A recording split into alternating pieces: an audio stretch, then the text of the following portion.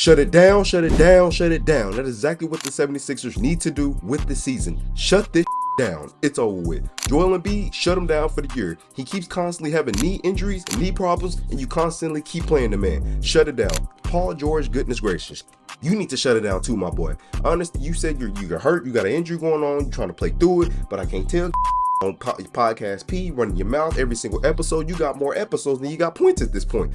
You need to shut it down as well. Tyrese Maxey, let him keep playing. He's balling out this year. His shooting percentages are a little bit down this year, but let's just go on and dive into the 76ers on what they need to do this year and going forward. As far as this year, like I just said, shut the down. First of all, hit that like button, hit that subscribe button, turn on notifications, because the 76ers have been awful all year long. Going into the year, Joel Embiid was hurt, but he didn't look that hurt to me when he was playing for Team USA in the Olympics with Brian, KD, and Steph Curry in the crew. But I digress. Yet again, he's hurt. Another year, another knee injury. Ever since he won that MVP, his not been able to stay on the court consistently, and he is without a doubt the team's best player. He's the number one option. They built the team around him. The offense goes through him. The team goes as he goes. So as you see, the 76ers have been bad this year. That's because two things: Embiid has not been on the floor, and another thing, Embiid has not been playing well when he is on the floor. You can tell he just isn't moving right. In the game we just seen recently, as of what, the last night, 2 nights ago, he is not moving well. He's looking stiff. He's looking like his knee is bothering him, and he said publicly that he has to get his knee right. He most likely is going to have surgery. So if you're smart as a fit of the 76ers, mind you, you're investing hundreds of millions of dollars into this man. You already done paid Pandemic P over $200 million. You got Tyrese Maxey over $200 million as well. Two of those guys don't have knee problems. One of those guys in Pandemic P just doesn't like to show up when it's playoff time, and apparently don't like to show up now in his 76er uniform. And he has some damn nerve to try to ask the Clippers for a no trade clause. This is exactly why they didn't want to give you no damn no trade clause. They wouldn't finna be stuck with you. If this finna be the new Paul George, he can go on and just take his money and go home. Because at this point, he is not playing like a superstar that they signed him up to be. Tobias Harris is playing better than Paul George. Tobias Harris is playing better than Paul George. Tobias Harris is playing better than Paul George. I had to say that 3 times because I couldn't believe the that I just said. That Tobias Harris is playing better than Paul George. And he is. He's shooting better from the field, better from 3, better from 3-point range. Basically in every statistical category, Tobias Harris has been playing better than Paul George. And the 76ers are paying Paul George more than what they paid Tobias Harris. But the Philadelphia 76ers fan was complaining about Tobias Harris for years of how he was robbing the team, he was scamming them, he's not really worth the money that he got. When you look at Pandemic P, he's not even worth the damn money he got. So this is just a complete mess that the 76ers are in. First and foremost, they need to go ahead and get Embiid healthy. Get ready for next year, because this year's done. You can try to make a push this year, just to get in the play-in and probably get bounced out of that. Or if you do get lucky, you'll get to the first round just to get smoked by the Boston Celtics or the Cleveland Cavaliers. Not worth it. Shut this shit down. Podcast P, go on, focus on your little podcast in the offseason. But come next year, you need to bring it.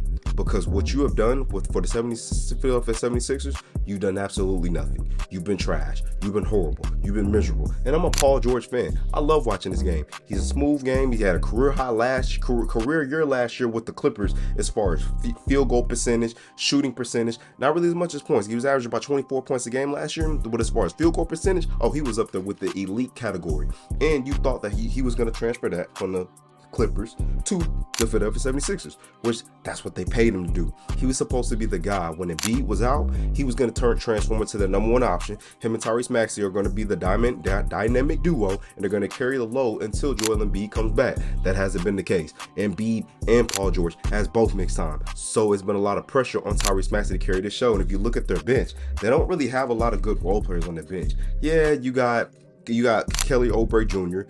You just traded Martin. So, other than that, what really guys do they have on their roster that's really capable of really carrying the load for the Philadelphia 76ers team? And I believe Joel Embiid is their backup center as well. So this is just not a good time right now for the Philadelphia 76ers. So as we look at it, the 76ers are out of the play-in, just like the Phoenix Suns are out of the play-in.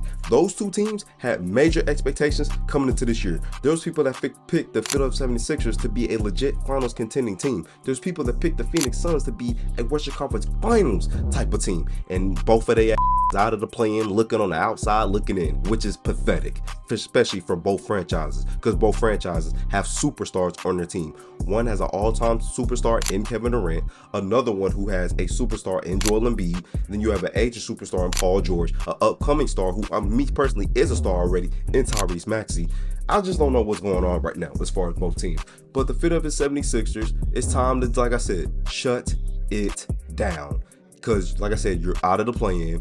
I don't know where you're going to go from here this year, because this year's a wash. And then you have no draft capital because you basically traded all your draft capital to try to make this team better, and the shit ain't working. So you don't have a draft pick for this year. So you need to go on and just let this go and build around your big three. And by the way, you don't even have any cap right now because you're paying 3 guys minimum $600 million. And you're outside looking in the play-in. Now, like I said, Joel Embiid does need to get healthy, because when he is healthy, he's gonna remind people that he's still the second best big man in the game, because it has to be said, Nikola Jokic is the best big man in the game. Anybody who says Joel Embiid is the best big man in the game, you're fooling yourself. Nikola Jokic has been out there every single night. The best ability is availability, and Nikola Jokic has been more available throughout his whole career than Joel Embiid. And if I'm being honest, Joel Embiid consistently likes to duck Nikola Jokic on top of that. Even though when a few times they did play, he did give him that work, but he likes to duck him a lot. No. Superstars don't duck another superstar. So the Philadelphia 76ers, it's just time to go on and just let this season go. Paul George hasn't played well. Pandemic P, as we know, he went back to his Pandemic P days, hitting shots on the side of the backboard. Y'all know he hasn't scored 20 points in a month? Think about that. He hasn't scored 20 points in a month. We're seeing guys like Austin Reeves score 20 points consistently. He's even won off for 40.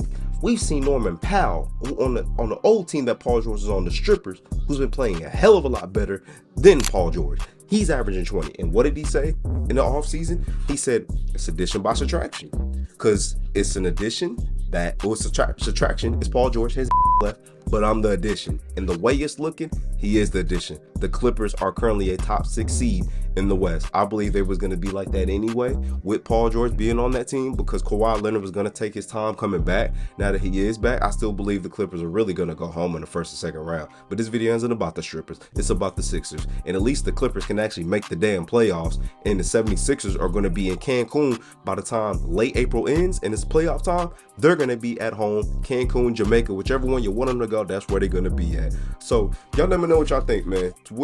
Should the 76ers go on and shut this season down? It's a wash, it's over with, and get ready for next year? Or should they go on and keep playing, try to make the roster, try to make the playoffs, try to make this little funky play in, and then just go from there and get bounced in the play-in or get bounced in the first round? Whichever one. Y'all let me know what y'all think, man. Leave a like button, hit that subscribe button, turn on notifications. I'll see y'all in the next video. Y'all be smooth.